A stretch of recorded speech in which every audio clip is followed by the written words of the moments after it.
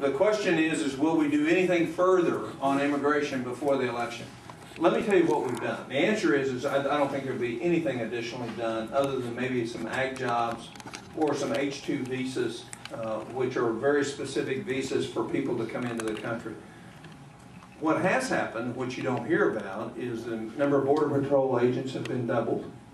The amount of people coming across our border is markedly reduced. The enforcement mechanisms on employers have markedly been enhanced. And so we're making progress. We're not where we need to be.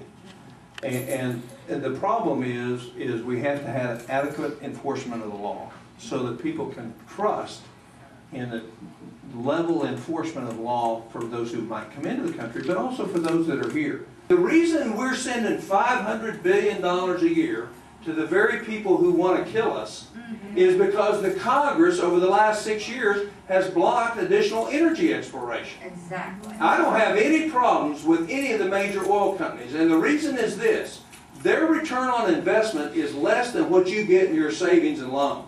And they spent years developing reserves.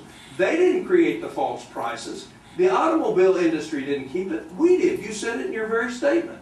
We're the problem. So if in fact we need to fix this, we need to increase supply as well as conservation. I'm a breast cancer survivor, and you continue to block the breast research bill. Yes, ma'am, I did. And I'm asking, as your constituent, as a breast cancer survivor, to allow that to come to a vote. You don't have to support it.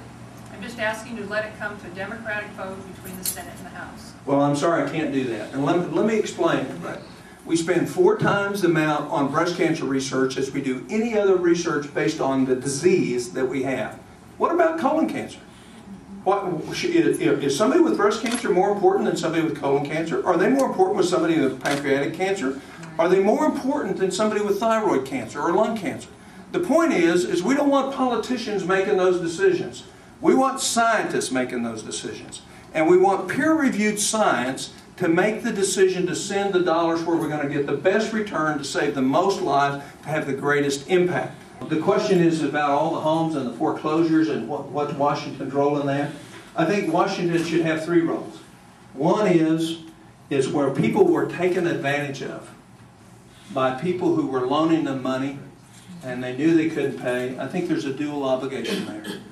Number 2 is there's some appraisers that need to have their tail end spanked and pay a price, because we've had appraisals that were far above what real value was. Exactly.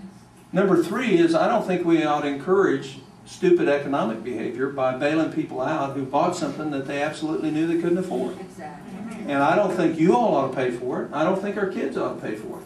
And there are consequences to stupid decisions.